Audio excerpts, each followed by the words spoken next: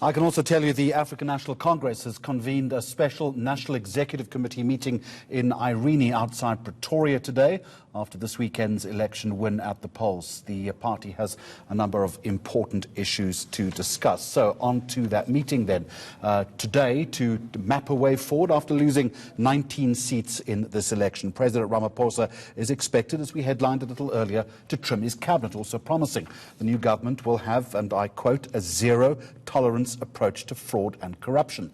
Live to Irene in Pretoria. Govan Whittles, good afternoon to you. So the President has indicated that now is the time to act against those guilty of wrongdoing within ANC ranks. Not the first time he said that. Does this, though, include those compromised ANC leaders who made it onto the party's lists to go to Parliament? What's emerging?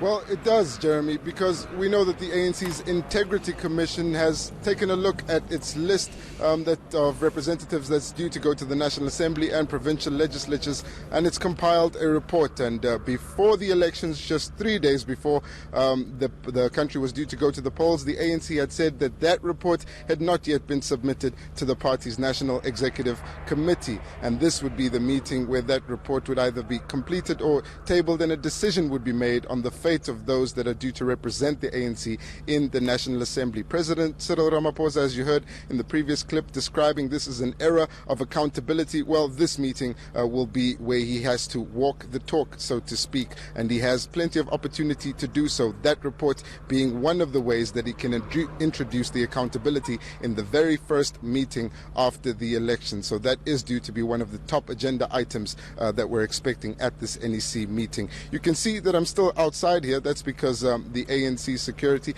has not yet decided to let us inside. The meeting is scheduled to get underway at 2 p.m. But we have seen a number of senior ANC leaders arriving. The President's motorcade also making its way into the building a short while ago. All right, walking the talk. There's been a lot of discussion about downsizing the cabinet and also discussion over premier candidates. One has got to assume this is also on the agenda.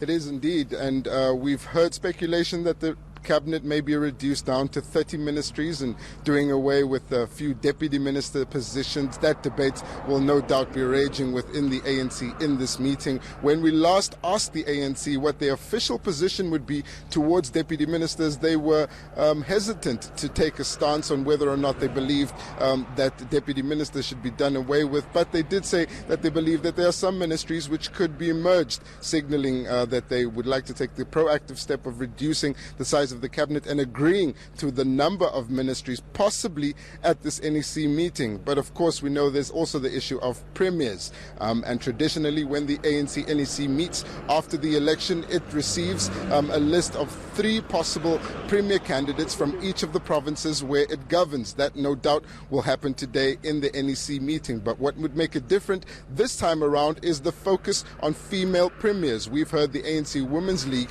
calling for 50-50 representation in the cabinet as well as among the premiers. So the ANC is now in control of 8 provinces, and it will hope to split the gender of the premiers by 4-4 across those provinces. We also saw towards the end of the ANC's campaign, they had 3 female premiers in the country, and it'll be interesting to see what some of the names are that are being touted for premiership in some of the provinces. Now, it got very ugly, didn't it? Control. It got very ugly, didn't it, Govan, on Friday? I think it was the standoff between Ace Magashule and President Ramaphosa.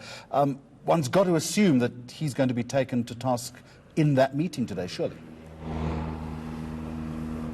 Surely the allies of President Cyril Ramaphosa will hope to do that, especially after the Secretary General had said that he attributes the ANC's performance and its ability to retain control of the country nationally as well as in Gauteng to the collective leadership of the ANC and not specifically to the popularity of Cyril Ramaphosa. Well, we know that there were about 600,000 votes more nationally for the ANC than in the provinces. So was that the Ramaphosa effect showing its signs? Well, that'll be part of the debate here, but we do know that Ace Magashule still retains a lot of support within the National Executive Committee, as much as President Cyril Ramaphosa may be seen to have the momentum and could take action against Ace Magashule for some of his comments, and also him being implicated in allegations of corruption, most recently in the Gangster State book.